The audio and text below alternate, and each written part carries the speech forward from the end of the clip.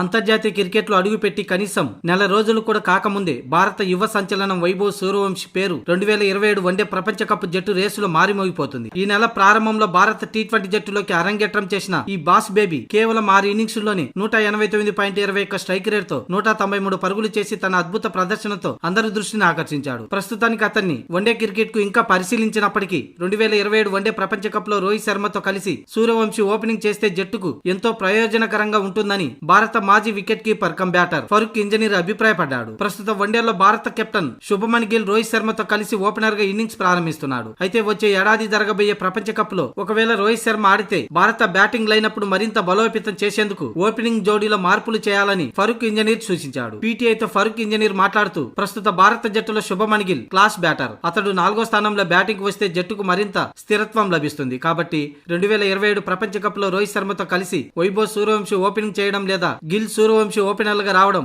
సరైన వ్యూహం అవుతుందని ఫరూక్ ఇంజనీర్ తెలిపాడు. వన్డేలో లెఫ్ట్ రైట్ కాంబినేషన్ తో పాటు సూర్యవంశీకి ఉన్న పవర్ఫుల్ బ్యాటింగ్ సామర్థ్యం పవర్ ప్లేలో ఇన్ఫీల్డ్ ను సులభంగా దాటివేసి జట్టుకు దూకుడుగా ఉండే ఆరంభాన్ని ఇస్తుందని, దీనివల్ల మిడిల్ ఆర్డర్ బ్యాటర్లు నిలదొక్కుని భారీ స్కోర్లు సాధించడానికి తగినంత సమయం లభిస్తుందని ఫరూక్ ఇంజనీర్ అన్నాడు. సూర్యవంశీ లాంటి అటాకింగ్ బ్యాటర్ ఓపెనర్ గా వస్తే పవర్ ప్లేలో టీమిండియాకు కావాల్సిన అన్ని పరుగులు వస్తాయని, అలాగే విరాట్ కోహ్లీ 3వ స్థానంలో గిల్ 4వ స్థానంలో వస్తే భారత్ కు అత్యంత బలమైన బ్యాటింగ్ లైనప్ లభిస్తుందని ఫరూక్ ఇంజనీర్ అన్నాడు. సూర్యవంశీ జట్టుకు ఓటముల కంటే ఎక్కువ విజయాలను అందిస్తాడని తెలిపాడు. కాగా లిస్ట్ ఏ వన్డే క్రికెట్ లో సూర్యవంశీ ఇప్పటి వరకు 13 మ్యాచ్లు ఆడి 43.38 సగటుతో 176.80 స్ట్రైక్ రేట్ తో 564 పరుగులు సాధించాడు. సూర్యవంశీని భారత వన్డే జట్టులోకి తీసుకునేందుకు ఇదే సరైన సమయం. వన్డేలకు టీ20లకు పెద్దగా వ్యత్యాసం చూపించాల్సిన అవసరం లేదని నా అభిప్రాయం అంటూ ఫరూక్ ఇంజనీర్ అన్నాడు.